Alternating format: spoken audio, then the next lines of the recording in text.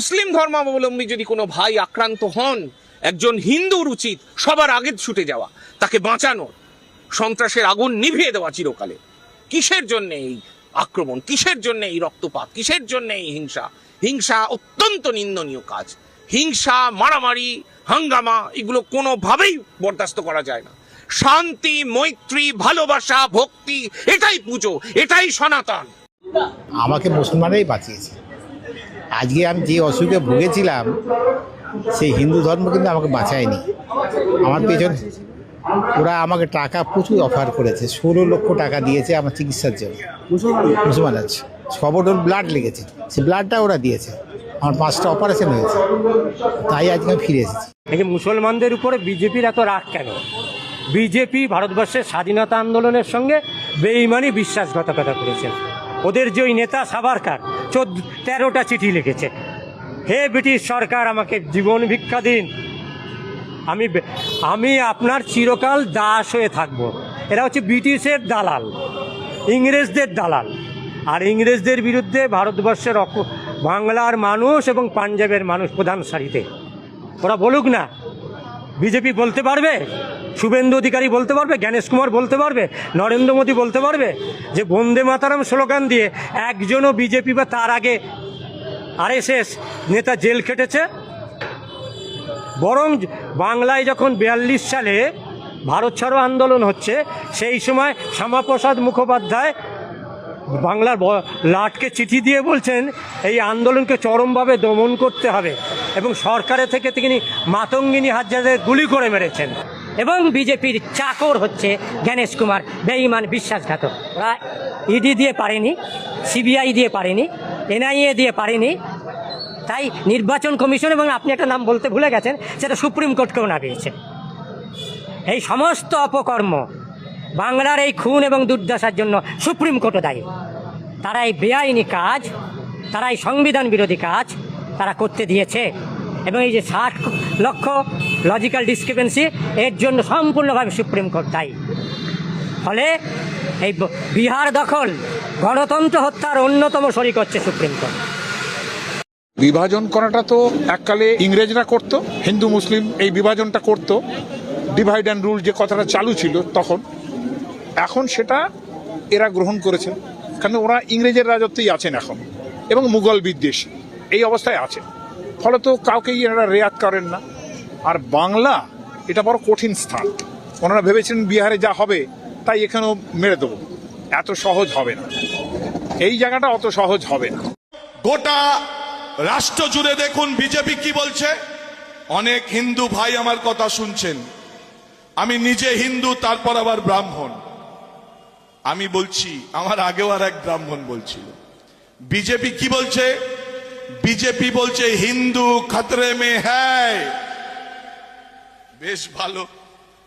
আচ্ছা, আমাদের দেশ শাসন করেছে কারা জানেন? 400 বছর আমাদের দেশ শাসন করেছে মুসলমানরা,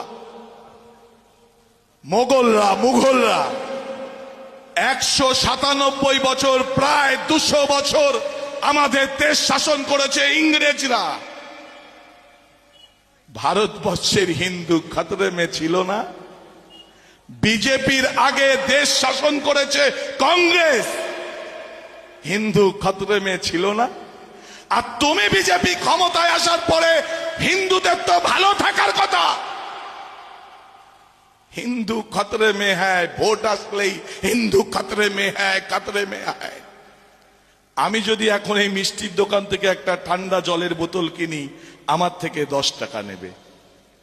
হুমায়ুন গিয়ে কিনলেও 10 টাকা নেবে। আমি হিন্দু বলে আমার থেকে 5 টাকায় নেবে না। সারের দোকানে গিয়ে আপনি সার কিনুন, যা মূল্য, একজন মুসলমান একজন হিন্দু একই সারের মূল্য। আপনি মুদিখানার দোকানে গিয়ে বাজার করুন, হিন্দু আর মুসলমান হন, লিটার তেলের মূল্য একই। আপনি যে বাজারে মাছ কিনবেন সেখানে একই মাছের দর।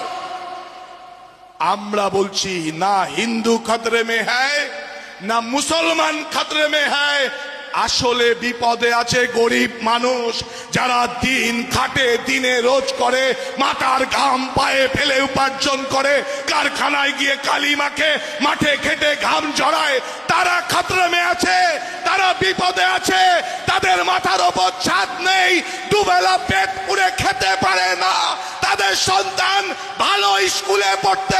আমরা বাংলাদেশে আমরা তো শুকরের মাংস খেতে পারি ওপেনলি। এই শুকরের মাংস আমরা যেভাবে ওপেনলি খেতে পারি, যে 95% মুসলমানের দেশে কোরআনে আছে শুকর মাংস খাওয়া হারাম, সে হারামের মাংস মুসলমানের সামনে কেটে আমরা খেতে পারি, কিন্তু মুসলমানরা আমাদেরকে আক্রমণ করে না। তো আমাকে ভারত থেকে একজন ফোন দিয়েছিল, আমাকে জিজ্ঞাসা করছিল যে ভাই, আমরা সোশ্যাল মিডিয়াতে দেখতে পাই বাংলাদেশে অনেক হিন্দু ভাই, খ্রিস্টান ভাই কিংবা আপনার পাহাড়ে যে সকল ভাই আছেন তাদের বিরুদ্ধে এই বাংলাদেশের মুসলমানরা আর নির্যাতন নিপীড়ন চালাচ্ছে, এটা কি সত্য কিনা? আমি বললাম যে দেখেন, সোশ্যাল মিডিয়াতে যা দেখা যায় এটা অনেকটা ভুল। বরঞ্চ আমার এই বাংলাদেশে যেভাবে আমরা শান্তিতে আছি, ঠিক তেমনি ভারতের সংখ্যালঘু ভাইরা, যেমন ভারতের সংখ্যালঘু হচ্ছে মুসলমান, ভারতের সংখ্যালঘু হচ্ছে হিন্দু, খ্রিস্টান, ভারতের সংখ্যালঘু হচ্ছে বৌদ্ধ, ওরা যদি শান্তিতে ওরা ধর্মীয় কাজ সম্পাদন করতে পারতো তাহলে আমি আনন্দ পেতাম। আমাদের বাংলাদেশে 95% মুসলমান, এই 95% মুসলমান যেভাবে করে আমাদেরকে আগলে রেখেছে, ঠিক তেমনি আজকে যদি ভারতে 95% হিন্দু হতো তাহলে ভারতের অবস্থা কি হতো আপনারা ভাবেন। যে ভারতে কোনো মুসলমান, কোনো বৌদ্ধ, কোনো খ্রিস্টান ভারতের মাটিতে আর থাকতে পারতো না।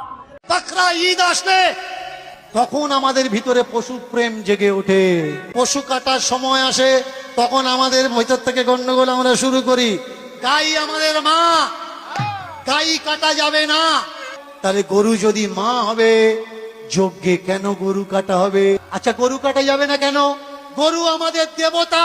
আচ্ছা, গরু যদি তোমাদের দেবতা হলো, ব্রহ্ম বৈবর্ত পুরাণ ভালো করে মন দিয়ে শুনবেন, এর জন্য স্টেজে দাঁড়িয়ে আমি বারবার বলি পড়াশুনো করুন। ব্রহ্ম বৈবর্ত পুরাণ কৃষ্ণ জন্মখণ্ড 106 নম্বর অধ্যায় 61 নম্বর 62 নম্বর 63 নম্বর শ্লোক পড়ে নিন। রুক্মিণীর বিবাহের সময় 1 লক্ষ গরু বলি দেওয়া হচ্ছে ভোজন করানোর জন্য। 1 লক্ষ গরু। গরু যদি মা হলো, গাই যদি মা হলো, তাহলে রুক্মিণী No, no, no.